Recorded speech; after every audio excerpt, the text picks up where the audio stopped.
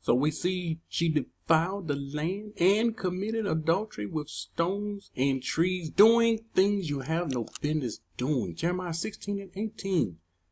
And first, I will repay double. There's a price to pay for this.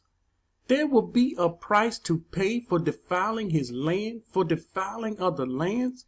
There will be a price to pay. I will repay double for her iniquity and her unrighteousness because they have defiled my land. The land does not defile itself.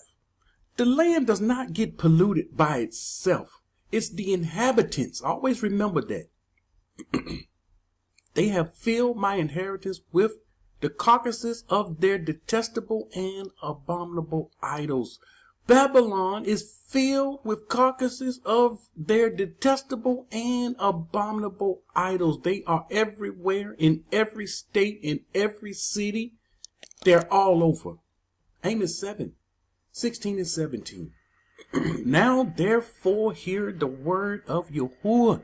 Now hear the word. After you've heard this, hear the word, what the Most High has to say.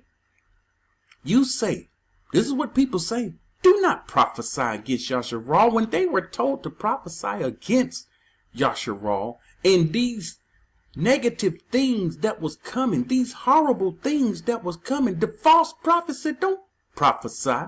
Now hear the words of the Most High. When he prophesied concerning Babylon, and the destruction coming, and the land will be utterly desolate, people don't want to hear that. So the false prophets rise up. Surely America, not Babylon. The Vatican is Babylon. Yeah, that's Babylon. You see, Mecca is Babylon. You see, they're saying that's as if the land's not defiled. There's not no judgment coming here. This is, and they say, don't prophesy against Yasharal and do not sprout against the house of Isaac. Therefore, thus says Yahuwah, your wife shall be a harlot in the city. Your wife shall be a harlot in the city. Your sons and your daughters shall fall by the sword. This is the word that our people say. This is discouraging. Their sons, your son, if you stay in America, your sons and your daughters shall fall by the sword. If you stay in these scattered lands, your sons and your daughters shall fall by the sword. Your land shall be divided by survey line. You know, they removed his borders.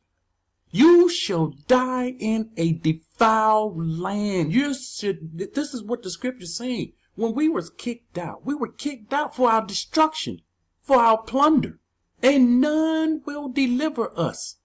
So he meant for us to die. The punishment, hear the word of the Most High, the punishment was death.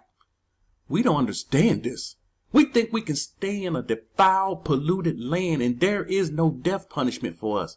We can repent, say, oh, we're sorry for what we did. We're sorry for our forefathers. And that's all we do, say these things with our word, with our mouth, mean it in our heart. And everything will be all right. We can stay in the polluted land amongst the polluted people. And that's not what the Father said. So he says, you shall die in a defiled land. He means for us to die in a defiled land. Why is it? Why should you die in a defiled land? Here's a question for you. And Yasharal shall surely be led away captive from his land. Here we go. Here's captivity. When you're doing something you have no business doing. And that's how we ended up in the lands of our captivity. Ezekiel 4 and 14. So I said, Yahuwah, mighty one, indeed, I have never, we can't say this, but look what he told the Most High. I have never defiled myself from my youth till now. We are the opposite. We were born in defilement. We was born polluted in a polluted land. When our moms was carrying us, she was eating all kind of things. All kind of abominable flesh was going into her mouth. And we were born. We started eating this polluted mess ourselves. And we were defiled from the moment of our birth. So we've never been born qadash in a qadash land to a qadash people. We don't know what it's like. We've never lived a qadash life. Never. And many of us, most of us, will not ever see this qadash life because you won't make it. You will not heed the voice of the Most High. You will sit back, sit still, and do nothing. So he's saying, I have never been defiled myself from my youth till now. I have never eaten what died of itself or what was torn by beasts, nor, pay attention, nor has abominable flesh ever come into my mouth. None of us can make this statement. None. No Babylonian teacher. None can make this statement upon earth to show you how far off and how polluted we are. We've been doing this stuff from birth. And many of us, you know, people my age, that has grown children, you know, children in their 20s, children in their 30s, us grown people that's been living a long time. Here it is. We've been in this mess for a long time. That's why I told you, younger people, you teenagers, you are more qadash than your mom and your dad. Listen, you haven't been through the defilement we've been through in our lives. We've seen and done some wicked things. All of us. And those Babylonian teachers in America, they're still continuing in wicked things, especially in your Christian churches. You see them having sexual relation with teens. This is ridiculous. Men having relation with boys, the pastor sleeping with the women in the church. Polluted land for polluted people. The people have polluted the land. The land is polluted. Your neighbors are polluted, and you're trying to be qadash in a polluted land. You can't. It's like taking the Most High and say, okay, you live in Babylon. He leaves. He doesn't stay around that mess. Our people couldn't live in that mess. They was too qadash. They was too much like the Most High. Those prophets, Ezekiel, they couldn't live in Babylon. They was too qadash. It says Ezekiel 16:22, and in all your abomination and acts of harlotry, again, it's according to your acts. You did not remember the days of your youth when you were naked and bare, struggling in your blood. We have to remember where we came from. We tend to forget. Don't forget where you came from. You're not all what you crack up to be. Don't forget where you came from. 2 Baruch 48:38. And it shall come to pass in the selfsame time that a change of time shall manifestly appeal to every man.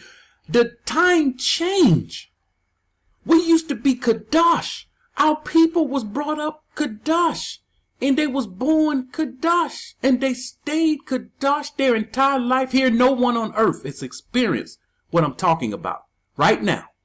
And so there was a change of the times.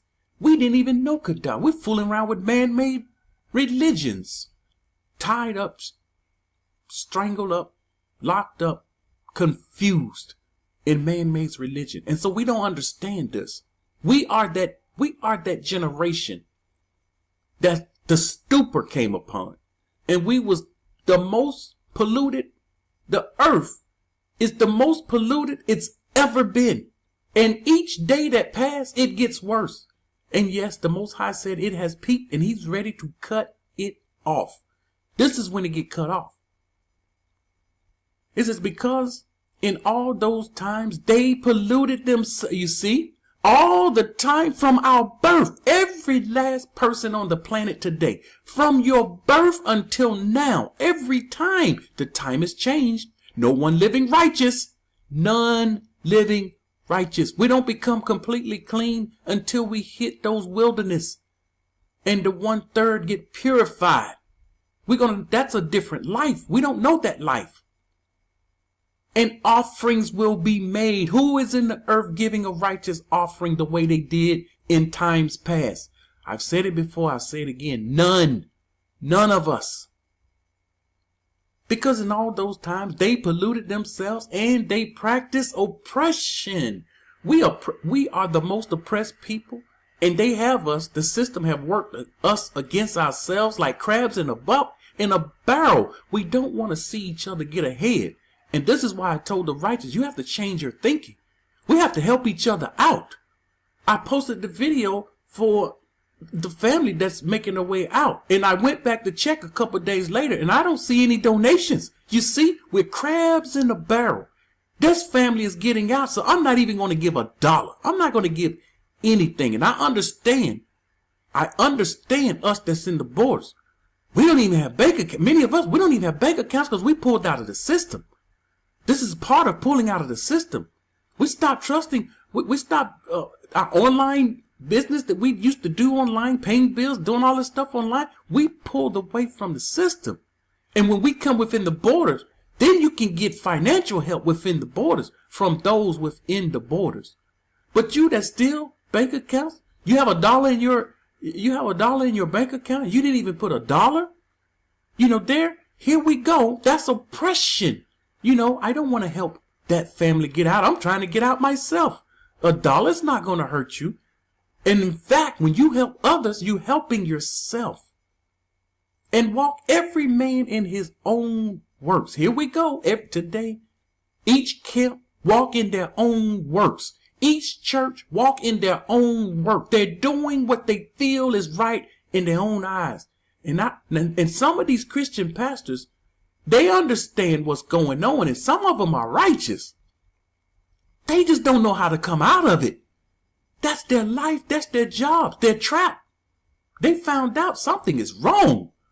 Not all them Christian pastors are wicked like the ones that's ran by the government. They're not all wicked like that. They just deceive like we were in Christianity. But the Most High called them out also. And they heard the call. Many of them they just don't know what to do. They don't know how to get out of it. That's their job. That's their life. That's their money. That's their profession. Many of them been doing it for 15, 20, 30, 40 years. And now you telling me to stop this and start teaching something different and come from up under the 501c3 government and lose my tax statuses? You see, they don't know how to transition, to make the transition. There is none helping these Christian pastors to make a transition. I don't see any helping the Christian pastors to make a transition. But if any of the Christian pastors was to contact me and was to look for help to transition, I would be able to help them to transition and tell them what they need to do. But they probably most of them wouldn't like it, because it's going to be some difficult things they're going to have to do. So they walked every man in his own works and remembered not the Torah of the Mighty One. So here we go. The Christian church remember not the Torah. They care less of the Torah. 2 Baruch 66, 1-7. Now, here is an example. My first example, dealing with polluted land for polluted people. After the land has been polluted, how do we get back to where we were? Here is an example of how to get back. And you have to do some tough things. See, Christian pastors don't understand this. They don't know 2 Baruch. They probably don't even know Baruch, and he's in the Bible. Because this Baruch wasn't a mainstream Christian teaching. They don't teach Baruch in the Bible colleges. So none of the pastors go into these other writings. And they don't know of these records. But you're going to see here a king of Yehuda making some very, very difficult. He had to make some very difficult decisions and do some very difficult things. So this is the only way out for these Christian pastors. And the bright 10th waters, which you have seen. This was a vision that Baruch saw. This is the purity of the generation of Hosea, the king of Yehuda, who was the only one at that time who submitted himself to the Mighty One with all his heart and with all his soul. He was the only one that submitted all his heart and all his souls. You see, you have to submit your heart and all your soul. And he cleansed the land. This is what happens. Here is a cleansing process. Before you can go back into the land, before you can do the things you once done, that polluted land has to be cleansed.